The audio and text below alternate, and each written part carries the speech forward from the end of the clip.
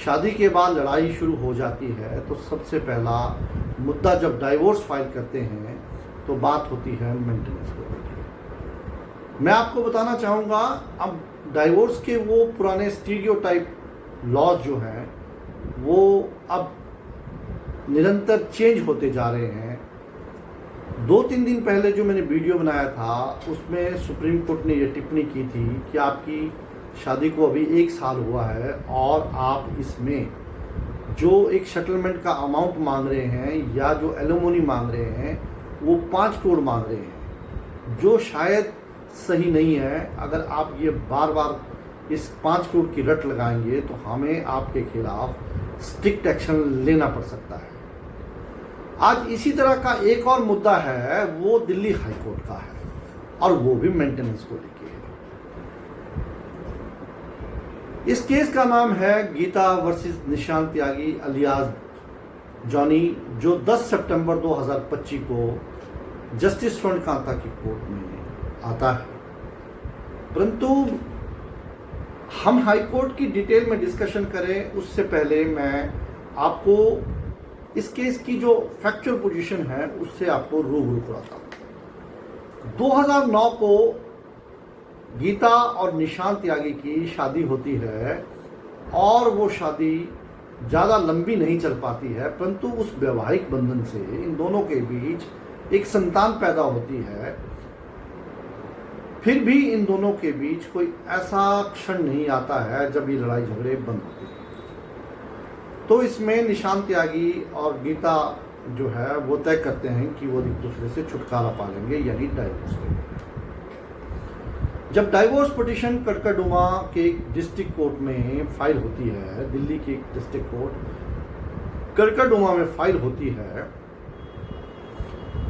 तो महिला यानी गीता एक मेंटेनेंस की अर्जी फाइल करती है और डिमांड करती है कि उसको मेंटेनेंस के बतौर 20,000 रुपये और बच्चे के भरण पोषण के लिए 16,000 रुपये दिए जाएं, यानी टोटल 36,000 रुपये दिए जाएं, क्योंकि उसके पति की जो सैलरी है वो 56,000 के आसपास और ज़्यादा से ज़्यादा 60,000 है।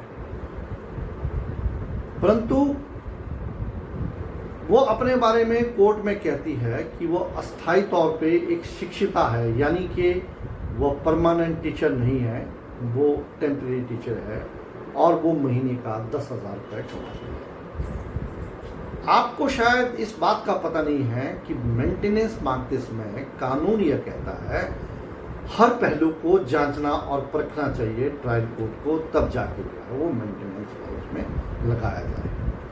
इसी बात को ध्यान पे रखते हुए, इसी कानून को ध्यान पे रखते हुए ट्रायल कोर्ट ने जब महिला से कहा कि यदि आप टेम्परेरी शिक्षिका हो या टीचर हो तो आप इसमें अपनी सैलरी स्लिप और जो पहले आप इनकम टैक्स भरती थी वो सारी इनकम टैक्स रिटर्न यहाँ लाइए, और ताकि आप जो ये क्लेम कर दिया आपकी सैलरी 10,000 रुपये है, हम इसको देख सकें और आपकी जो डिमांड है 20,000 रुपये की, इसके बारे में हम तय कर सकें। परंतु वो शिक्षिका उस एविडेंस को कोर्ट को देने में असमर्थ रहती है और कोर्ट ये डिसाइड करता है कि आप 20,000 जो एक ये एलिमनी मांग रहे हो अपनी पति से मेंटेनेंस, इसके लिए आप हकदार नहीं हो। परंतु कोर्ट यह तय करता है कि जो इनका बच्चा है, पिता को उसको मेंटेनेंस के तौर पे 16,000 रुपये पर मंथ देना होगा। तो फ्रेंड्स, हम दोनों बातों को समझना पड़ेगा। इसमें 2 मेंटेनेंस पत्नी मांगती है, 20,000 अपने लिए और 16,000 अपने बच्चे के लिए। परंतु इसमें ट्रायल कोर्ट कहता है कि महिला सबूत नहीं दे पाई, अपने उस जस्टिफाई नहीं कर पाई अपने उस 20,000 रुपये को, और क्योंकि महिला इसमें खुद कमाती है तो उसको मेंटेनेंस देने की कोई ज़रूरत नहीं है। अब पूरा मामला जो है वो ये है, इसमें पति कहता है कि जो बच्चे के लिए 16,000 रुपये का एक अमाउंट मेंटेनेंस के लिए लगा दिया गया हुआ है वो सही नहीं है, वो बहुत ज़्यादा है।